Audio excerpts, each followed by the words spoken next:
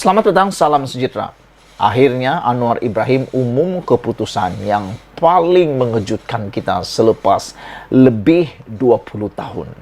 20 tahun Anwar tak lakukan apa-apa tentang perkara ini. Anwar juga tak pernah umum apa-apa keputusan tentang ini. Dan akhirnya dengan begitu kejutan besarnya, mungkin juga kepada seluruh ahli politik dan ahli parlimen Malaysia, juga mungkin Rafizi, PKR, dan tidak terkecuali Mahathir Mohamad, apabila Anwar Ibrahim mengesahkan bahawa beliau akan hadir di dalam rumah terbuka MCA. Mungkin Anda fikir ini isu biasa, tetapi ikuti ulasan ini supaya kamu tahu kenapa saya pilih ulasan ini sebagai ulasan popular dan hangat untuk Anda semua. Anda tahu, MCA itu ialah parti komponen Barisan Nasional dan ianya tidak sehaluan dengan parti DAP yang ada dalam Pakatan Harapan.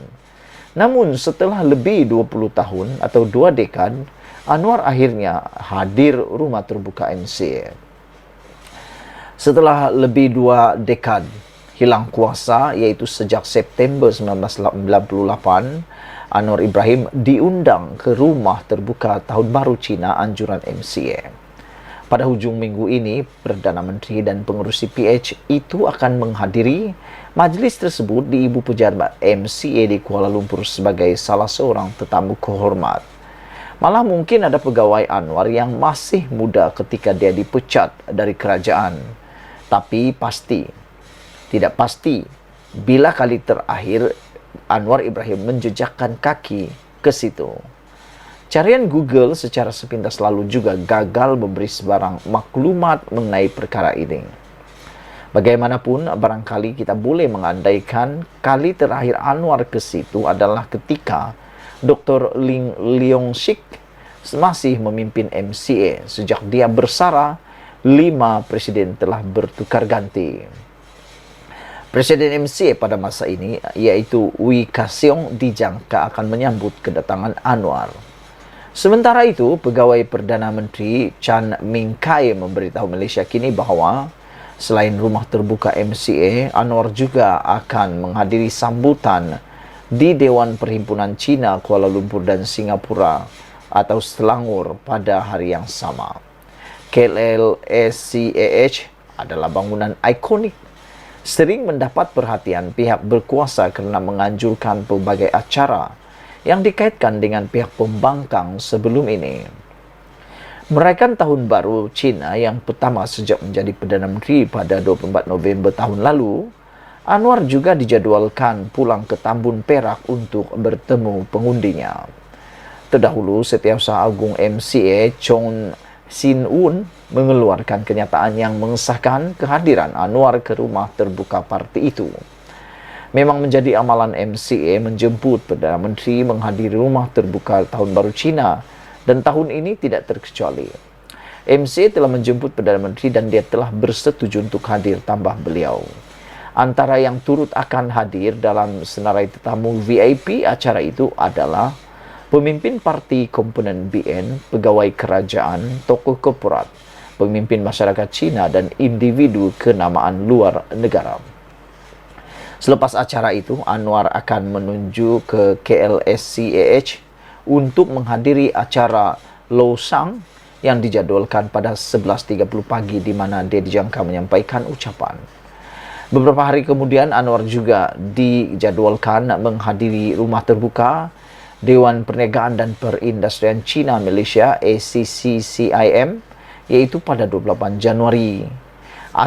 Sebelum acara itu, dia mungkin akan hadir di rumah terbuka ACCCIM di Perak pada 26 Januari. Berdasarkan jadual perjalanan Anwar Ibrahim, beliau akan menyertai program Tahun Baru Cina anjuran Kerajaan Negeri di Tambun pada 29 Januari. Sultan Perak Sultan Nazrin Shah dan Raja Permaisuri Tuanku Zara Salim juga dijadwalkan hadir ke majlis itu yang diadakan di The Lost World of Tambun. Dalam perkembangan berkaitan, Persatuan Cina Malaysia Huazong masih menunggu jawapan Anwar atas undangan ke rumah terbuka mereka pada 4 Februari ini.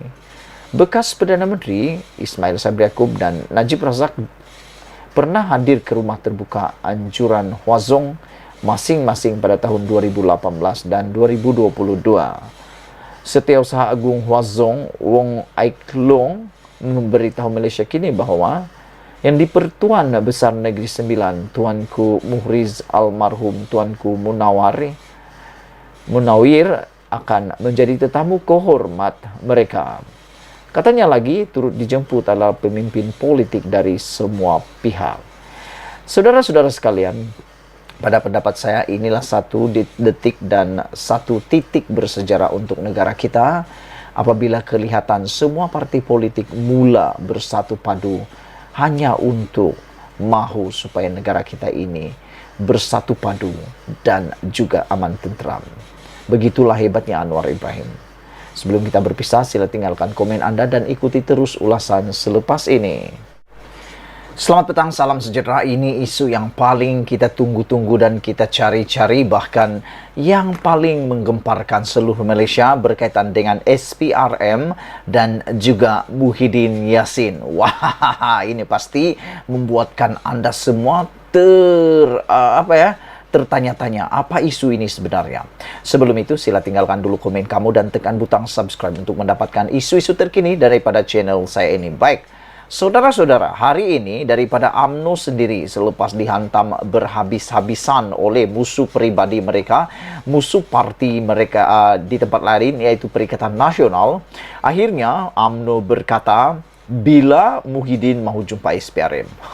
Apa sebab Muhyiddin nak jumpa SPRM pula? Ini saudara-saudara, Ketua Penerangan UMNO Isham Jalil secara sinis bertanya, bila Presiden Bersatu Muhyiddin Yassin ingin bertemu SPRM, iaitu Suruhanjaya Pencegahan Rasuah Malaysia. Isham berkata, rakyat ingin mengetahui tentang dakwaan penyelewengan dana kerajaan sebanyak RM92.5 bilion semasa darurat COVID-19 ketika negara dipimpin ahli Parlimen Pagoh itu. Saya ingin tanya, Muhyiddin alang-alang. Alang-alang sudah balik ke Malaysia setelah berminggu-minggu di London, bila mahu berjumpa SPRM pula, soal beliau. Sebelum ini, Isham sudah melontarkan pertanyaan di mana Muhyiddin selepas dia dikatakan bercuti di luar negara. Sebelum itu, tular gambar mirip bekas Perdana Menteri ke-8 yang dikatakan bercuti di London. Percutian itu dikaitkan dengan langkah London yang dikatakan merancang usaha untuk menggulingkan kerajaan pimpinan Perdana Menteri Anwar Ibrahim.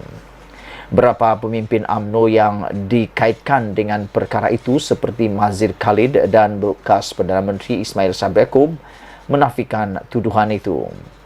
Muhyiddin menafikan dakwaan menyeleweng dana RM92.5 bilion dan menyifatkannya sebagai pembohongan maha dahsyat.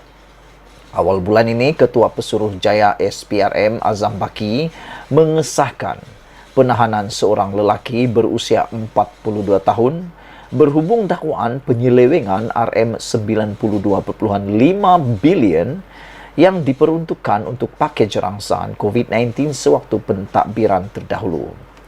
SPRM menahan Ketua Pegawai Eksekutif sebuah syarikat swasta kerana didakwa menjadi orang tengah dalam pengagihan projek kerajaan di bawah pakej rangsangan ekonomi antara tahun 2020 dan 2022.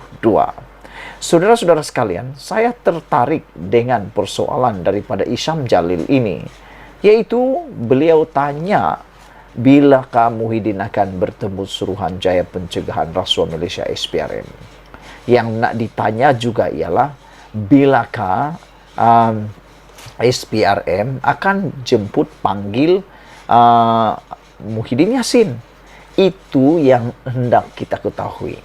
Bila agak-agak SPRM akan berjumpa Muhyiddin Yassin. Dan seperti yang kita semua tahu, ada duit yang sedang menjadi kata-kata di seluruh media sosial, yaitu tentang dana kerajaan sebanyak 92.5 bilion semasa darurat COVID-19 ketika negara dipimpin ahli Parlimen Pagoh ini, yaitu Muhyiddin Yassin. Benarkah 92,5 bilion ini telah diselewengkan ataupun tidak? Kerana Muhyiddin dengan baru-baru ini menegaskan dan menafikan perkara itu dan telah pun menyifatkannya sebagai pembohongan dahsyat. Saya yakin apa yang Muhyiddin cakap mungkin ada kebenarannya, tapi mungkin juga ada pembohongannya. Kita pun tak tahu mana satu yang benar, sehinggalah siasatan selesai oleh SPRM. Yang mengejutkan kita ialah awal bulan ini Ketua Pesuruhjaya SPRM Azam Baki mengesahkan penahanan seorang lelaki berusia 42 tahun berhubung dakwaan penyelewengan RM92.5 bilion yang diperuntukkan untuk pakej rangsangan COVID-19 sewaktu pentadbiran dahulu. Maknanya, saudara-saudara sekalian, apabila ada penahanan seperti ini, ada sesuatu yang mencurigakan kita yang mungkin dapat dihidu oleh SPRM. Benarkah dengan penahanan lelaki berusia 42 tahun ini akan dapat mengaitkan dengan pemimpin-pemimpin jerung-jerung besar yang lain? Adakah pegawai yang ditangkap ini atau ditahan ini hanya adalah ikan-ikan bilis? Dan kita harap jerung-jerung ikan paus yang lain tetap akan ditangkap atau ditahan. SPRM menahan Ketua Pegawai Eksekutif sebuah syarikat swasta kerana didakwa menjadi orang tengah dalam pengagihan projek kerajaan bawah pakej rangsangan ekonomi pada tahun 2020 tersebut. Saudara-saudara, sebelum kita berpisah, mohon kiranya anda tekan butang subscribe untuk mendapatkan isu terkini dari channel saya ini dan berikan komen anda. Adakah anda juga tertarik untuk mengetahui di mana dana itu 92.5 bilion dan apa tindakan terkini SPRM seperti soalan daripada Isyam Jalil ini bila Muhyiddin mahu jumpa SPRM? Ikuti terus ulasan selepas ini.